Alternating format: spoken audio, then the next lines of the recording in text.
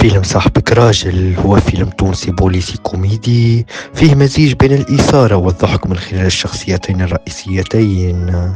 عزوز اللي يلعب دور كريم الغربي، ومهدي اللي يلعب دور ياسين بن قمرة. مهدي هو جنرال في الشرطة، وكان الناس كلهم يظنوا أنه مات في عملية إرهابية من سنين. أما بعد فترة طويلة يظهر مهدي حي ويكتشف الكل أنه ما ماتش. رجوعه كان صدمة كبيرة، خاصة لعزوز اللي كان يعرف ومرتاح حياته. عزوز هو شرطي فكاهي ما عندوش الجدية اللي يتوقعوها الناس من رجال الشرطة، دايما في مواقف مضحكة بسبب تصرفاته العفوية، رغم أنه طيب القلب ويحب يساعد الناس. بعد غياب مهدي، عزوز يواصل حياته بشكل عادي، لدرجة أنه تزوج من زوجة مهدي السابقة، وهذيك هي المفاجأة الكبرى.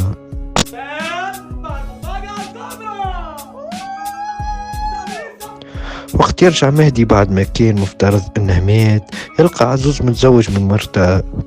المفاجأة كانت كبيرة بالنسبة لمهدي اللي ما كانش يتصور اللي عزوز يعمل حاجة كما هكا.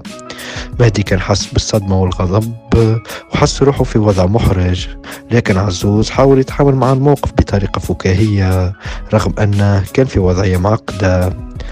العلاقة بين مهدي وعزوز هي محور الفيلم. مهدي يحاول يتأقلم مع رجوعه للحياة مع اللي لقاه عزوز زوج مرته، بينما عزوز يحاول يواجه الموقف بطريقة خفيفة وعفوية، لأنه ما كانش يقصد يدخل فيها الحكاية. رغم الفرق الكبير بين الشخصيتين، مهدي الجدي وعزوز المرح، إلا أن الفيلم مليء بالمواقف المضحكة بسبب التفاعل بيناتهم.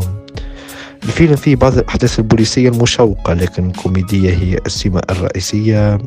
عزوز ومهدي يواجهوا بعض القضايا البوليسية الصغيرة، لكن بطريقة فكاهية. في كل مرة الأمور تتحول لمواقف مضحكة، مواقف البوليسية تتخلط مع اللحظات الكوميدية غير متوقعة، مما يجعل الفيلم ممتع وفي نفس الوقت مشوق. الفيلم يقدم مزيج بين الإثارة والكوميديا من خلال الشخصيتين، عزوز اللي دايما يدخل في مواقف مضحكة، ومهدي اللي يحاول يتكيف مع الوضع الجديد بعد ما كان غايب سنين. في النهاية الفيلم يعكس أن الحياة مليانة بمفاجآت وضحك حتى في أكثر اللحظات الجدية. والآن وصلنا لنهاية الفيديو. إذا أعجبكم النوع هذا من الفيديوهات تشتركوا في القناة، تضعوا لايك وتفعلوا جرس التنبيهات، ويلا مع السلامة. كان الصلاة كان